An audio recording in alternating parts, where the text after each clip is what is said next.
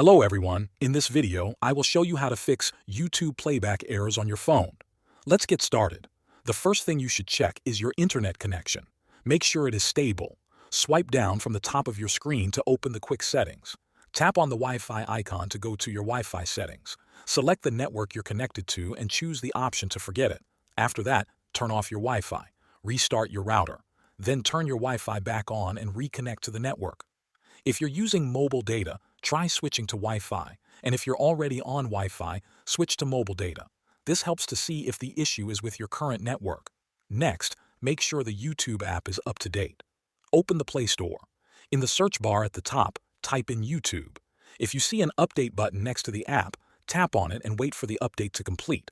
After that, it's a good idea to clear the app cache. To do this, open the settings on your phone. Scroll down and tap on Apps. Then tap on App Management or Manage Apps, depending on your phone. Look through the list and find YouTube. Tap on it, then tap on Storage and Cache. Now, tap Clear Cache.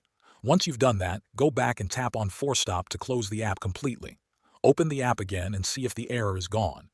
If the issue still isn't fixed, uninstalling and reinstalling the app can help.